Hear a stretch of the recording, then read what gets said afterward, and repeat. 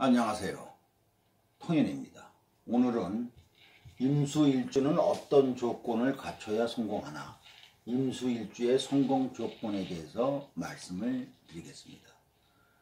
임수는 이제 물이기 때문에 수량이 중요합니다. 수량이 어느 정도 있어야 추진력이 있어서 큰 일을 감당할 수 있죠.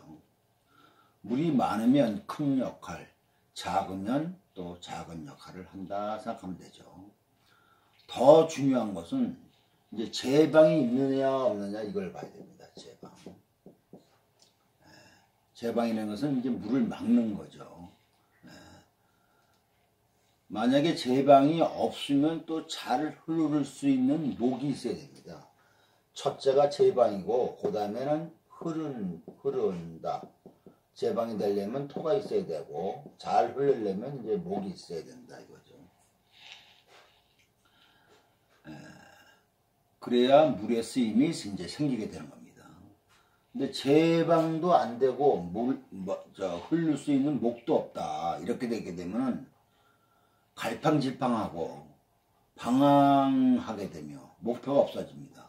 무엇을 해야 하는지 정체성이 없어진다 이렇게 되어 있죠. 이제 수량이 많으면 이제 자신을 잘 안 드러내서 이제 은큼하다는 소리를 듣는데, 되게 이제 수량이 많으면 사람들이 이제 가까이 하기를 꺼려합니다. 왜냐하면은 물이 깊어서 위험을 피하기 위해서 그러한 심리적인 작용이 벌어지게 되죠. 또 수량이 약하면은 이제 사람하고 잘 친합니다. 잘 까불고 속을 다 보이게 되죠. 그래서 우리가 개울가에 가더라도 물이 얕게 흐르면 속이 다 보이지 않습니까? 보이지 않지 않습니까? 그런 것과 똑같죠. 심하면 이제 상대방이 이제 만만하게 볼 수가 있죠.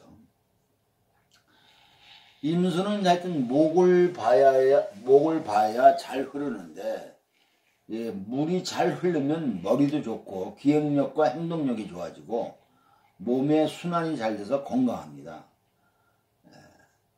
그래서 임수가 목을 잘 기르면 교육이나 건축, 인테리어, 이런 분야에서 활동하면 좋고, 항상 선구자적인 리더형이 된다 이렇게 돼 있죠. 물을 흘려서 앞으로 흘러가기 때문에 그런 거죠. 그 다음에 이제 임수가 화를 보면은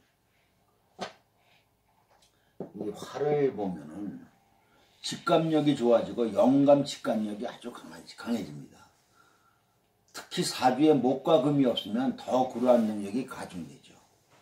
어두움이 화에 의해서 밝아지니까 아름답고 미남 미녀가 많습니다. 화는 물의 순환을 시키는 원동력이 되죠. 동력 역할을 하므로 물의 생동력을 강화시킵니다. 병화 태양은 바다의 열을 가열해서 공급해갖고 바다를 순환시킵니다. 그래서 생명력을 기해서 난류와 환류로 순환하여 생명력 있는 바다를 만들게 되고, 정화 달은 밀물 썰물 작용을 일으켜서 생명의 번식을 아주 활발하게 합니다. 여자들의 월경도 달의 주기의 영향을 받는 것도 이와 같은 이치입니다. 그래서 물은 불을 만나야 쓰임의 가치가 최대한 발휘가 되는 겁니다. 그리고 임수의 병화나 정화가 뜨면은 호수나 바다에 태양이 뜨고 달이 뜨는 것과 같은 거죠. 그렇게 되면 풍경이 아름다워지니까 관광이나 레저, 이런 호텔업에 종사할 수도 있습니다. 임수가 이제 토를 만나게 되면은, 흘러가는 물을 가두어서 사람이 필요에 따라 유용하게 쓸 수 있게 됩니다.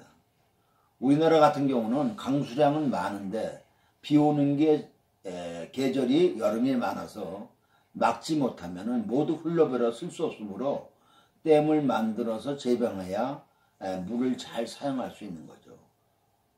물을 이제 댐을 만들어서 잘 막게 되면은 첫째로 홍수를 예방합니다. 그러므로 재난에서 벗어날 수가 있는 거고, 둘째로 물을 잘 활용해서 그것을 관광용으로도 쓰이고 또 스포츠용으로도 쓸 수 있고 또 생활용수, 공업용수, 농업용수 등 다방면으로 이제 우리가 쓸 수가 있는 거 아닙니까? 그러므로 사주의 무토가 물을 잘 막아서 댐 역할을 잘하면 무토, 특히 토 중에서도 무토입니다. 국가공직에서 큰 인물이 될 수 있다. 뭐 이 댐이나 이런 거는 국가에서 관여하는 일이기 때문에 국가공직에 일을 할 수 있다 이렇게 되는 거죠. 제방이 잘 되어야 또 이렇게 제방이 잘 되어야 요식업도 이제 가능합니다. 제방이 된 물상은 호수나 저수지, 댐, 연못 등을 이제 우리가 말할 수 있고, 작은 형태는 웅덩이도 되고 또 그릇에 담겨 있는 물도 일단 제방된 물입니다. 대개 이제 제방이 되면 풍파는 별로 없습니다. 토는 물이 흘러가는데 장애물이 될 수 있으므로 물이 천천히 이제 흘러가게 되는 거죠. 그런 이제 제방이 된 물은 조용한 것을 좋아하고 말이 없습니다. 정신적인 것이나 종교적인 것을 이제 추구하는 경향이 있습니다. 그런데 이제 제방이 되면 한 가지 단점은 이제 탁수가 된다 이거죠. 물이 잘 흘리지 않기 때문에.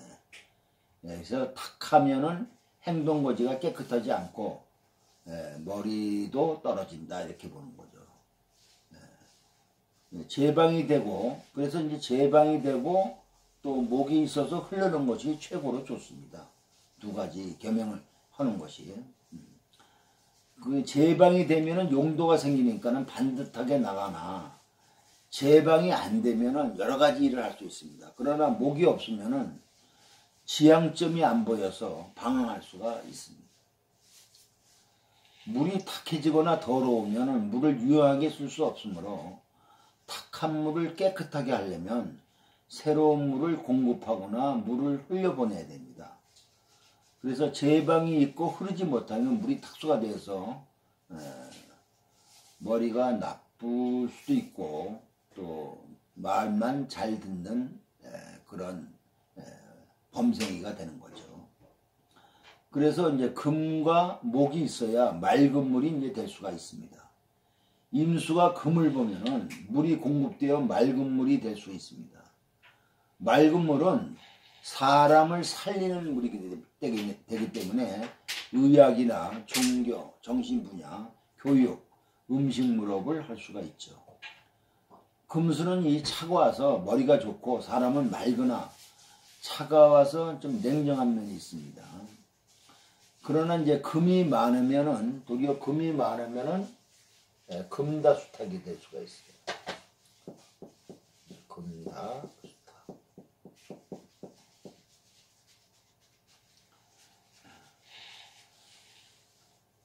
이 말은 이제 물이 들어오는 공급처가 많으면 물이 많이 섞이기 때문에 물이 탁해진다 이렇게 되는 거죠. 물에서 중요한 것 중 하나가 이제 맑은 물이냐 더러운 물이냐 이것을 판단해야 되는데, 맑은 물이어야지 머리도 좋고 심성도 착합니다. 더러운 물은 머리도 안 좋고 인덕도 없고 육친덕도 없고 건강도 안 좋고 관제 손재가 따르고 매사가 지쳐집니다. 맑은 물과 더러운 물을 판단하는 것이 이제 상당히 중요하죠.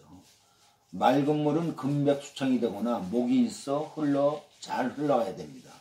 더러운 물이 되는 것은 토가 많거나 특히 토가 형충이 되거나 토가 약하여 물을 막지 못할 때, 또 금이나 목이 없을 때 이제 탁수가 되죠.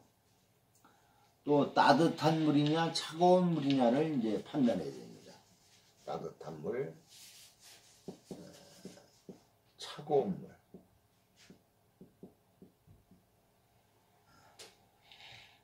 물. 봄, 여름의 물은 대체적으로 따뜻한 물이고 가을, 겨울의 물은 차가운 물입니다. 사주에 또 화기가 있으면 따뜻한 물이고 금시기운이 강하면 차가운 물입니다. 따뜻한 물은 인정이 있고 차가운 물은 조금 냉정하죠. 그래서 여름에 태어난 임수가 있으면은 되게 인기가 좋습니다. 왜냐하면은 여름에는 물을 찾지 않습니까? 그런 것을 우리가 알 수가 있죠. 임수가 술을 만나면 비겁을 만나기 때문에 항상 경쟁에 노출됩니다. 긍정적으로는 눈치가 빨라지고 예민하며 감각이 날카롭고 경쟁력이 있습니다.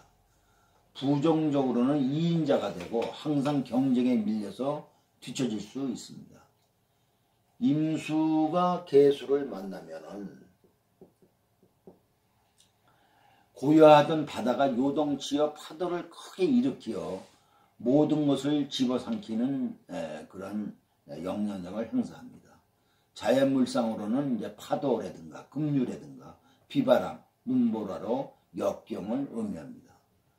긍정적으로는 임수를 정화하여 개수화시키어 사람이 쓸 수 있는 유용한 물이 될 수 있습니다. 예를 들면 정수기가 되고 물을 정화하는 정화조가 있어서 강물을 우리가 먹을 수 있게 생수화시키는 것이 또 그런 특성이 있습니다. 그래서 항상 사주구조가 이렇게 긍정적으로 작용되느냐 부정적으로 작용이 되느냐 이것을 잘 살펴봐야 됩니다. 단식으로 개수가 있으니까 어떻다 이러고 결정할 것은 안 되는 것입니다. 자세한 것은 각 분야별로 예를 들어서 이제 심도 있게 앞으로 설명을 하겠습니다. 구독과 좋아요를 눌러주시면 감사하겠습니다.